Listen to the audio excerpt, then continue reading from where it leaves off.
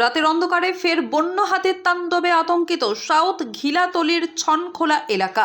গভীর রাতে প্রায় 12টার সময় একটি বন্য হাতি গ্রামে ঢুকে সাধন বিশ্বাসের বাড়িতে ব্যাপক ভাঙচুর চালায়। হাতিটি প্রথমে বসতঘরের দরজা ভেঙে ঘরে ঢুকে একটি টিভি আলমারি ভেঙে দেয়। এরপর পাশের ঘরের দরজা ভেঙে সেখানে থাকা ধানের বস্তা টেনে নিয়ে যায় এবং আশেপাশের কলা গাছ খেয়ে ব্যাপক ক্ষতি করে। বাড়ির মালিক সাধন বিশ্বাস জানান, এভাবে প্রায় কয়েকদিন পরপর হাতি এসে ভাঙচুর চালায়। আমরা আতঙ্কের রাত জেগে থাকি, কিন্তু ক্ষতিপূরণ পাওয়া কঠিন। তার অভিযোগ, কৃষ্ণপুর তহসিলদার মানিক চন্দ্র এই বিষয়ে প্রয়োজনীয় সহায়তা করতে অনীহা দেখাচ্ছেন। ঘটনার খবর পেয়ে কল্যাণপুর বন দপ্তরের রেঞ্জ অফিসার বিশু নন্দী ঘটনাস্থলে পৌঁছন। তিনি ক্ষতিগ্রস্ত পরিবারের সঙ্গে দেখা করে আশ্বাস দেন যে যত দ্রুত সম্ভব ক্ষতির রিপোর্ট প্রস্তুত করে দপ্তরে পাঠানো হবে। তিনি বলেন, ক্ষতিপূরণের অর্থ রাজস্ব দপ্তরের মাধ্যমে দেওয়া হয়।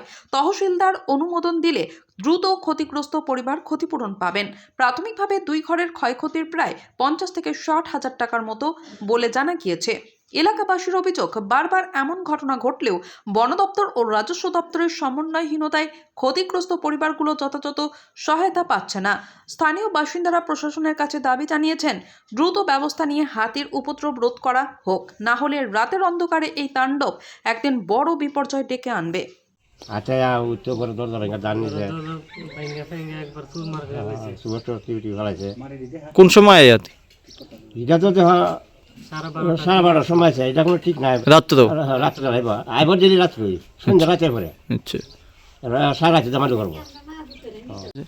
আমরা একটা খবর পাইছি, এটা কি উত্তর গিলাতলি সাউথ গিলাতলি সনকলা এরিয়া। তো এখানে একটা ঘরের দরজা ভাঙছে হাতি। আমরা খবর পাই, আমরা সঙ্গে সঙ্গে আইছি, ফরেস্টের বাবুরে নিয়ে আইছি। তারপর আমার বনমিত্র আছে, এখানে এলাকার গণ্যমান্য যারা আছে তারাও আছে, সবাই মিলিয়ে আইয়া দেখছি ঘটনাটা। এখানে আসলে ঠিক দরজা ভাঙছে, তো ধান টানও ক্ষতি হয়েছে, কিছু নষ্ট হয়েছে। তো মোটামুটি এখানে একটা ক্ষতি হয়েছে। তো আমরা তরফ থেকে যতটুকু পারি এর সঙ্গে সঙ্গে আমরা রিপোর্ট উপরে যাতে যায়।